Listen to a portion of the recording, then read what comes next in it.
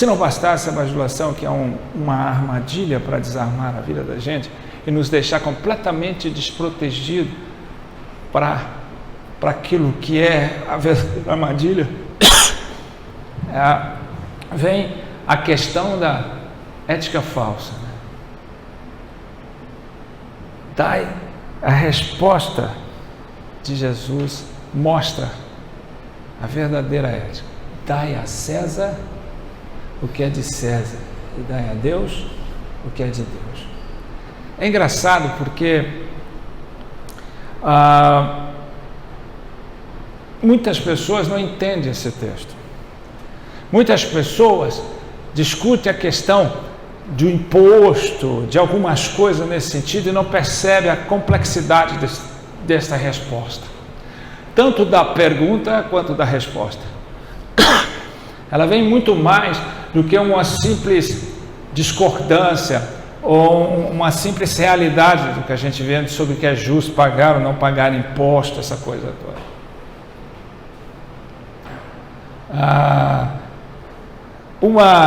Uma primeira coisa é que ele falou: dai a César o que é de César. César representa o mundo, representa a vida neste mundo, representa o governo pelo qual nós fazemos parte. Então ele representa o governo, as leis que nós devemos seguir. Então há uma obediência que todo crente deve ao governo civil da nação pelo qual nós somos cidadãos. Essa obediência, ela tem que ser vivida por nós, desde que ela não seja de natureza puramente espiritual. Desde que ela não inflinja os princípios imutáveis, inegociáveis da palavra de Deus. Nós devemos obediência às leis que governam a nação pela qual nós fazemos parte. Porque tem crente que acha: agora eu sou de Jesus, eu não obedeço o governo, eu não obedeço essas leis. Não, pelo contrário.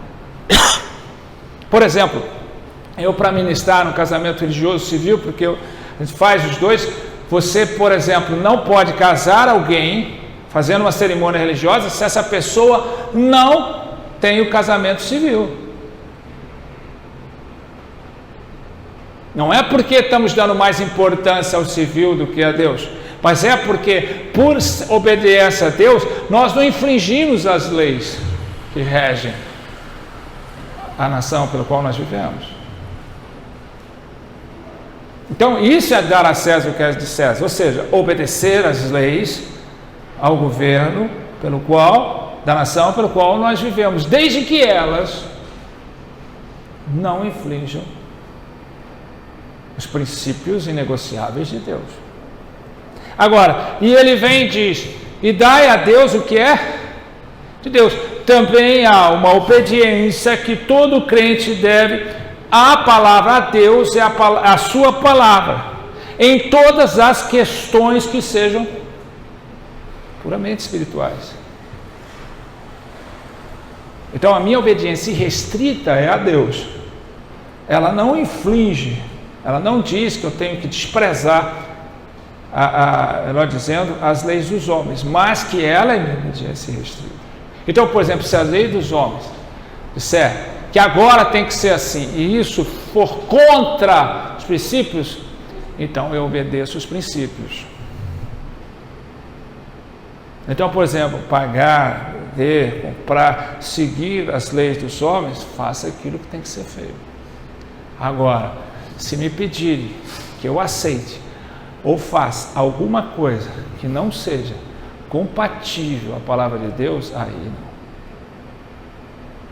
Que aceite, por exemplo, essas novidades sociais, que aceite essas ideologias destruidoras, não. Não é bíblico, é contrário aos princípios de Deus, então não. Mas se você não fizer, você vai ser punido e vai sofrer as consequências legais, porque agora é lei. Ah, é lei? Então que eu sofro as consequências legais, mas eu não me abdico dos princípios imutáveis de Deus. Então veja que é isso que Jesus está falando, que é César, né? O que está na efígie? Não é César? Não é o homem?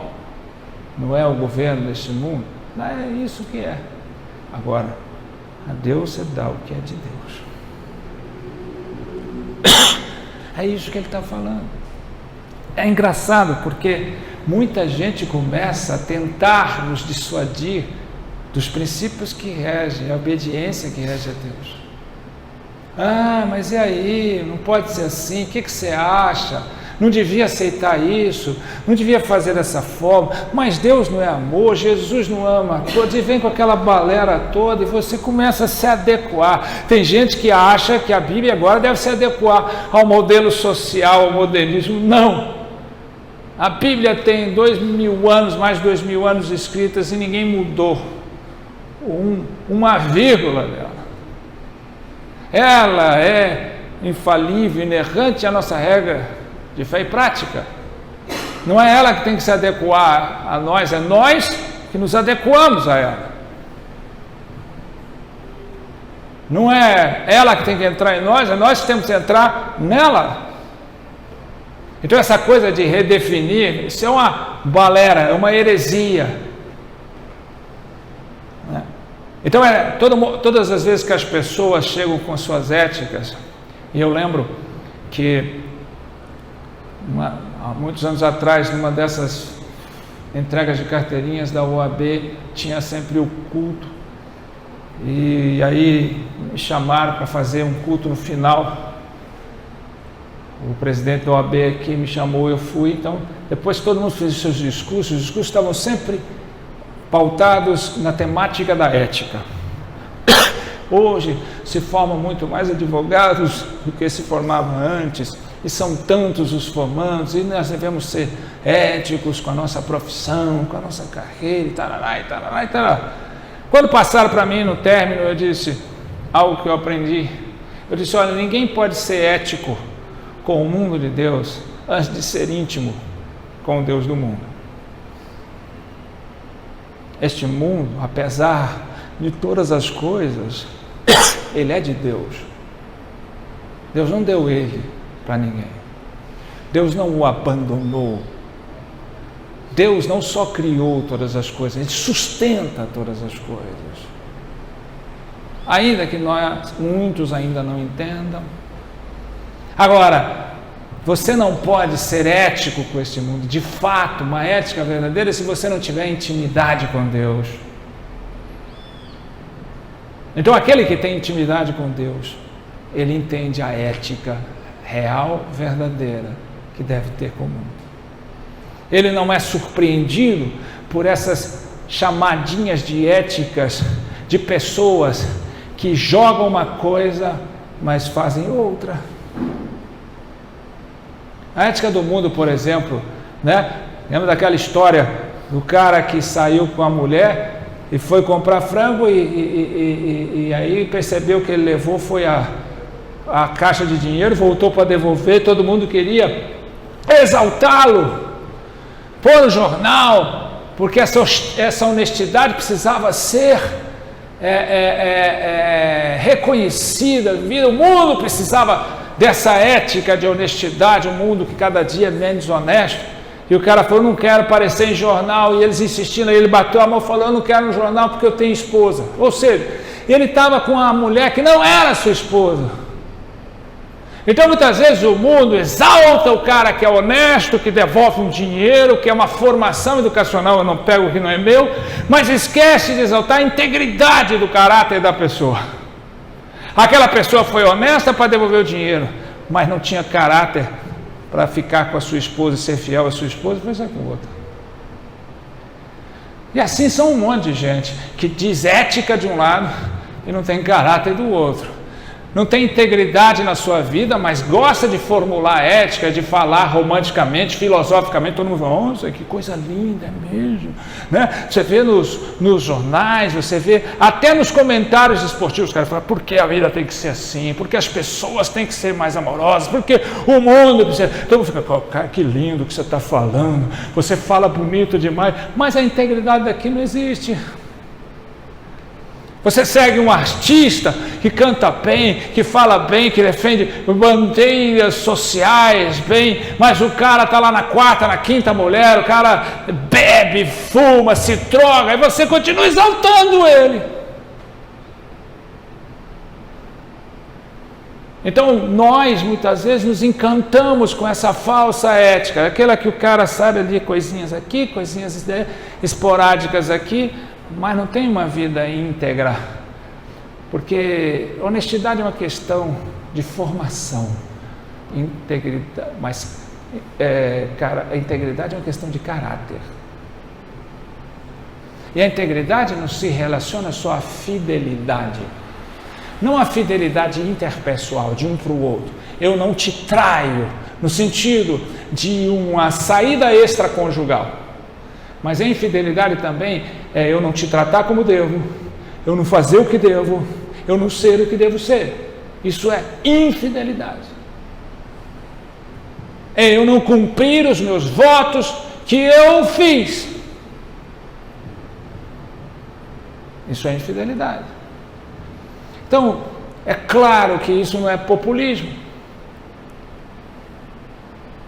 Até a igreja, que estão mais cheias, são aquelas que mais bajulam os seus adeptos. E eu falo adeptos mesmo grosseiro, porque não são membros, são adeptos. São clientes de uma empresa progressiva. Que estão ali para ouvir falar de prosperidade, de riqueza, de bem-estar, de coisas boas, ambientes agradáveis, ambientes chamativos, bem populista. É essas que as pessoas gostam. E se você gosta disso, é lá que você deve estar, não aqui.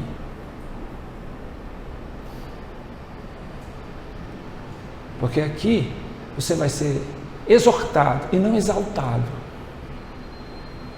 Aqui você vai ser chamado a atenção pelas suas misérias e não ser adoçado, bajulado, acariciado no seu ego.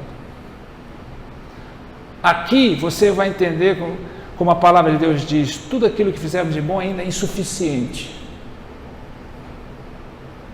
Aqui você vai aprender que todo o mal que está em você é puramente do homem, é puramente seu, responsabilidade sua.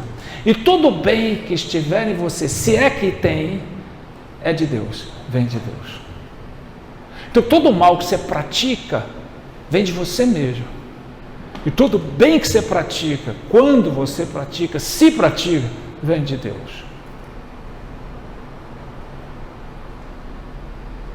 Aqui eu falo com muita propriedade e liberdade. Aqui você não vai sair daqui inflado, você tem que sair daqui murcho. Você não vai sair daqui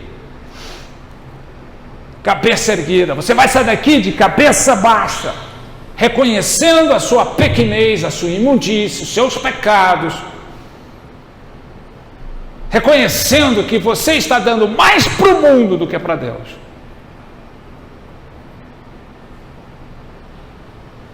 Ao invés de dar para Deus.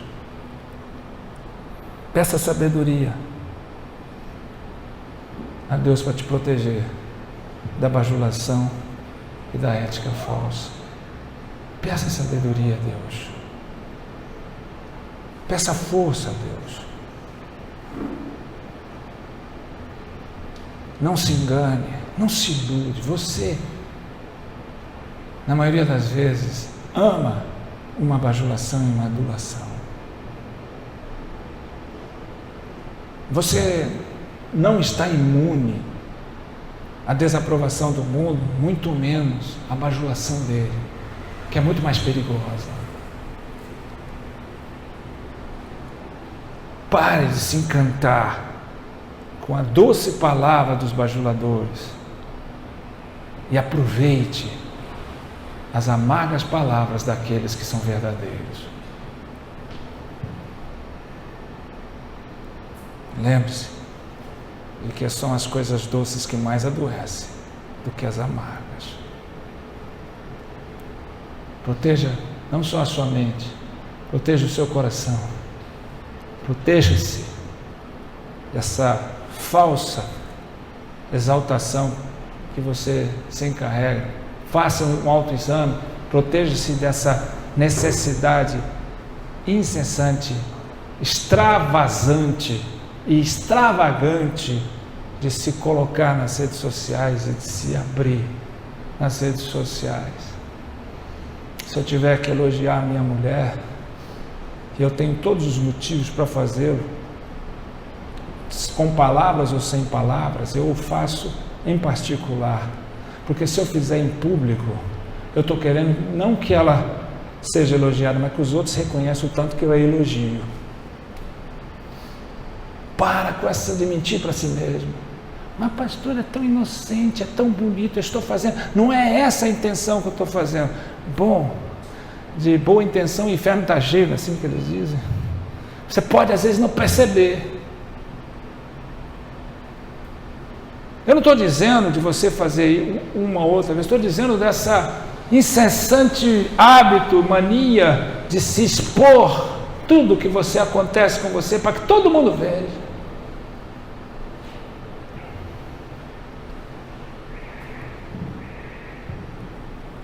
O filho passou, vou pular. Meu filho passou em terceiro, quarto, primeiro lugar na faculdade. Oh, que lindo, é uma mãe, é um pai querendo mostrar para o mundo, feliz que o filho depois, sabe, feliz, abraça o seu filho. Peça a Deus, Senhor, guarda o coração dele, porque o lugar que ele vai na faculdade é um antro, é uma armadilha que na maioria tenta corromper o coração dos nossos filhos. Obrigado por essa vitória, mas proteja ele mais e mais. Porque se você colocar lá, para todo mundo ver, meu filho está na faculdade, onde é que está o seu?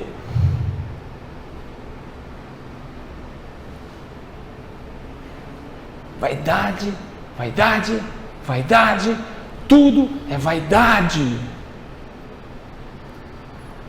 Volto ao início, lá de toda a minha ministração, o advogado do diabo, o cara venceu a mais terrível batalha com o diabo, tentando conquistar e ganhar a alma dele e da sua esposa. Passou, enfrentou e conseguiu. A hora que ele conseguiu, se desarmou com a bajulação. O senhor fez, foi fantástico. O senhor foi prejudicado para fazer o que é certo, ninguém faria. Esse advogado nenhum chutaria essa oportunidade de ganhar tanto dinheiro para fazer o que é certo. Nós precisamos fazer uma entrevista. Oh, claro, pode ir lá. Uma entrevista para toda a nação ver. Oh, que legal, pode, claro. Vaidade. Eu amo vaidade. Eu queria que você, quando chegasse em casa, ouvisse a vozinha assim, ó, lá no fundo do seu ser, assim, do diabinho, né? Porque nos filmes ele põe aquelas vozinhas mais terror. Ouvindo aquela voz assim, vaidade, eu amo vaidade. Você nunca vai ouvir a voz dizer, filho, você é vaidoso, né? Eu amo essa sua vaidade. Você vai ouvir é o diabo dizendo para você, eu amo a vaidade. Porque Deus não te bajula, Deus te corrige, Deus te levanta, Deus te faz melhor. Quem faz cosquinha no seu ego não é Deus, porque Deus quer que você morra no seu ego e viva em Cristo. Que Deus quer que não seja o seu eu no centro da sua vida, mas seja Cristo no centro da sua vida. O diabo quer que você seja o seu eu. Fomente o seu eu, alimente o seu eu. Está com problema psicológico? Vai procurar um terapeuta, e de certo a maioria deles vão falar assim: você tem que amar você mais, você tem que valorizar você mais, olha o tanto que você, aí vai, alimenta o seu ego, e você tem que gostar de você. Tem muita gente destruída por gostar demais de si mesmo, ou pensar que gosta, porque aquele que de fato gosta de si mesmo vai buscar aquele que o criou, aquele que o fez. Em nome de Jesus, em nome de Jesus, cuidado com a bajulação do mundo, do inimigo, porque ela está feita para te desarmar. E quando você está desarmado, você está à mercê de ser destruído. Amém? Em nome de Jesus.